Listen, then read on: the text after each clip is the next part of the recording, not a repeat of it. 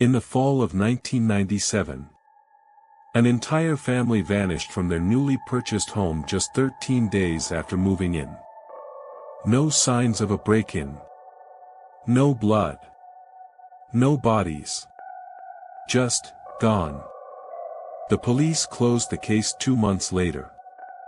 Labeled it, voluntary disappearance. But people don't vanish like that, not without a single coffee cup left on the table. Since then, the house has stood silently. Still. But not empty. Everyone who entered since either disappeared, or came out insane. Only one came back. But he didn't come back the same.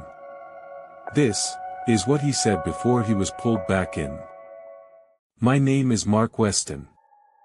I'm an architect. Married to Lisa.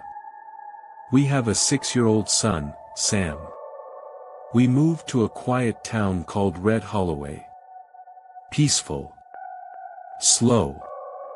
Nothing happens there, which was exactly what we needed. The house was huge, 5 bedrooms, a basement, a backyard, for the price of a tiny city apartment. Later, I understood why. From the first day, something felt off. Our dog, which we had adopted just a week before, refused to step over the threshold. He sat in the car, trembling, growling at the second-floor windows. We laughed it off. We were exhausted from the move, and didn't pay attention. On the 3rd night, Lisa woke me up around 3 a.m. "Do you hear that?" she whispered. It wasn't a child crying. It was, older.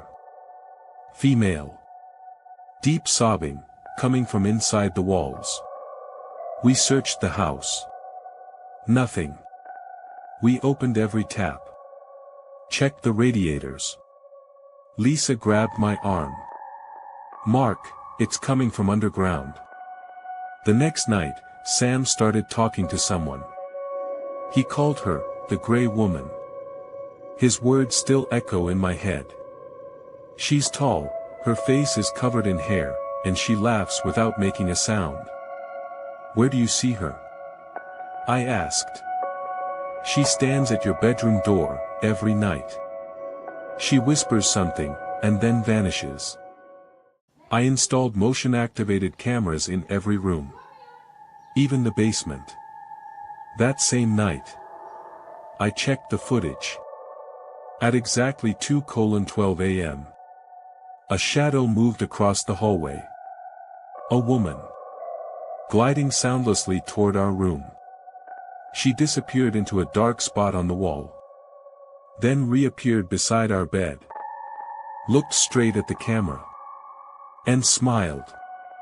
I checked the file again. It was gone. But a new file had appeared. One I didn't record. Titled, "She Doesn't Forget." In the video, I was sitting in the basement. Laughing. Crying.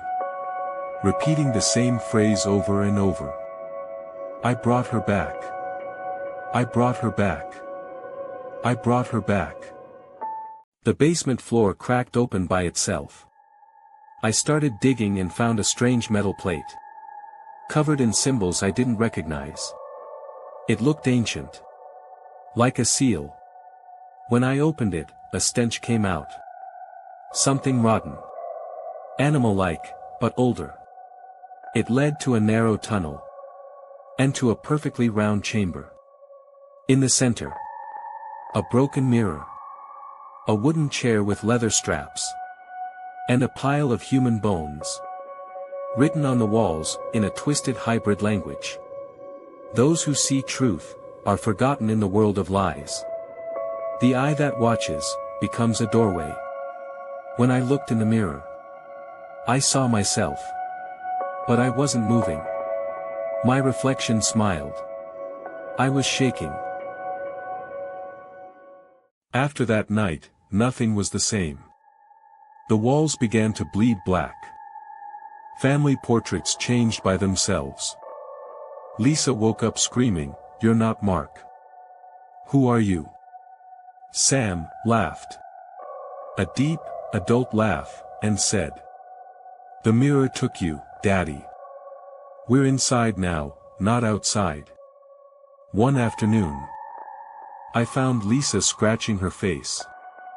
Her skin, peeling off like a mask. She turned to me and whispered, "We're not supposed to be here. She wants the house back." I tried calling the police. Phones, dead. Signal, gone. And the voices began to follow me even in daylight. Footsteps upstairs, even when it was locked. A baby crying behind the wall. Laughter in the kitchen. And the mirror, it pulsed like a heartbeat. On the 13th night, we tried to escape. But the front door was gone. Literally, vanished. The walls shifted. The layout of the house twisted like a maze. Every hallway led to the basement.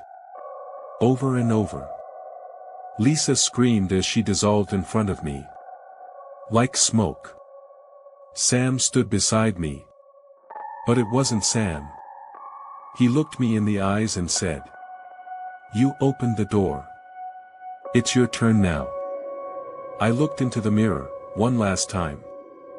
I saw myself, strapped to the chair. Something was behind me. Approaching. Then, everything went dark.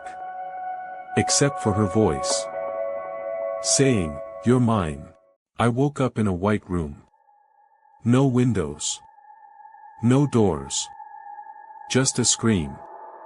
Showing people, entering the same house. Opening the same basement door. Staring into the same mirror. I can hear them scream. I can hear you now. Because you're listening to this. That means you've entered too. You're already inside the story. And once you're in, you become a part of it. And now, she's hungry. That was my story, or at least the beginning of it. Would you dare enter that house? Tell me in the comments. What would you do if you were me?